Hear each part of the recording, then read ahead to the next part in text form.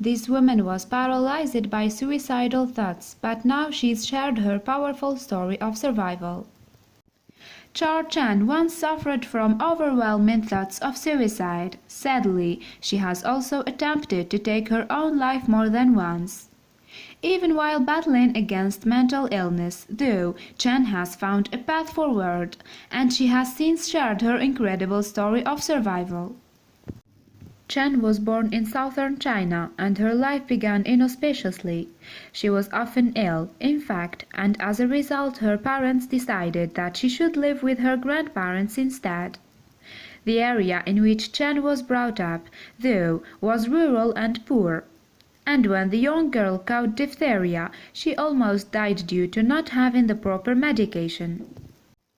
When Chen was due to attend school, however, she was allowed to return to stay with her parents. Even so, her mom and dad's virtual abandoning of her as a child had left her feeling alienated from them. And things grew yet worse as the true nature of her parents became apparent to her, particularly when it came to her father. Chen's father was abusive, stubborn, and even violent at times. In addition, he was a heavy drinker and smoker.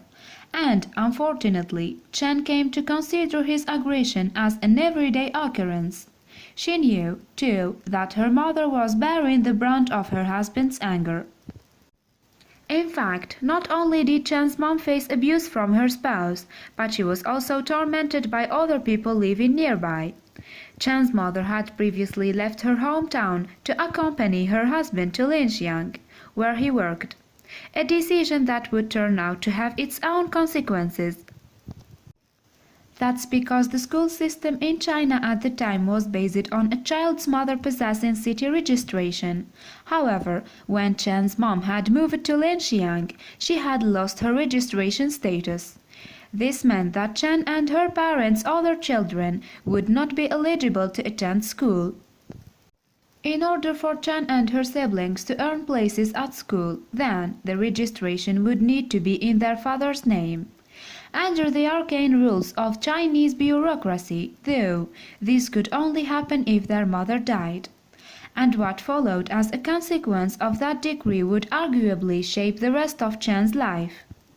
Deciding that school was utterly vital for her children, Chen's mom did the only thing she could think of, take her own life.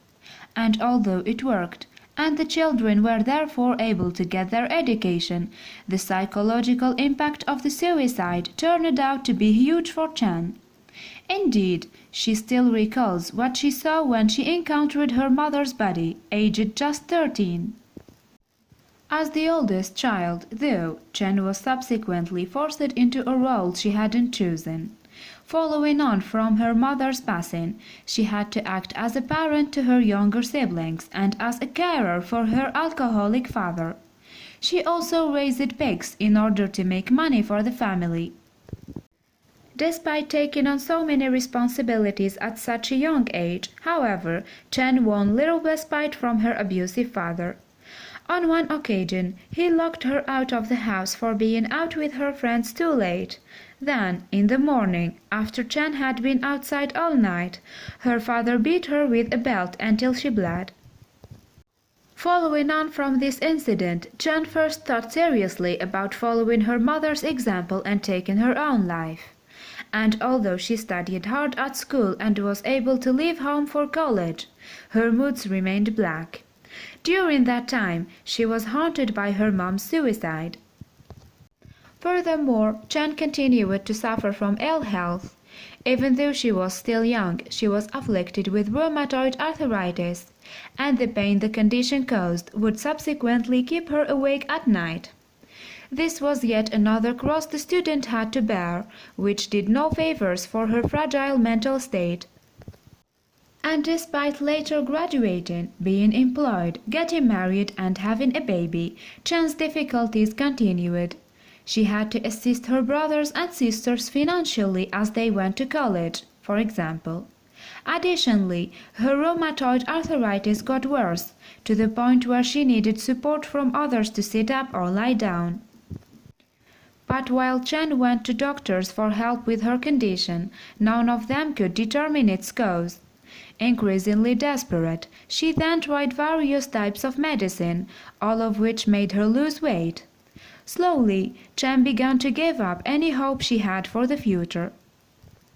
Eventually, then, Chen began attempting to take her own life.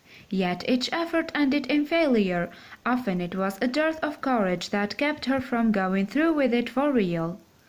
And ultimately, Chen would always be reminded of her own mother and the damage her death would have on her own loved ones. However, Chen's life didn't begin to turn around until she was introduced to a book named Zuan Falun. In essence, the volume is an instruction guide to Falun Gong, a variety of spiritual practice that has been taken up by millions of people in China. And, as it happens, this movement transformed Chen. Following Falun Gong's principles of self-education, Chen discovered something that had been absent her whole life: relief. Indeed, after taking part in the meditation sessions and Qigong exercises that Falun Gong promotes, she found that her health began to improve, and the pain she had previously felt began to dissipate. Furthermore, Falun Gong helped Chen to improve her general mood and attitudes. As she made her way through the book she had been given, in fact, she began to appreciate her life more and come to terms with her painful past. As a result, her behavior around others became better and her sense of empathy grew. Nowadays, Chen lives in Edmonton, Canada, and is considerably more at ease with herself than she had once been.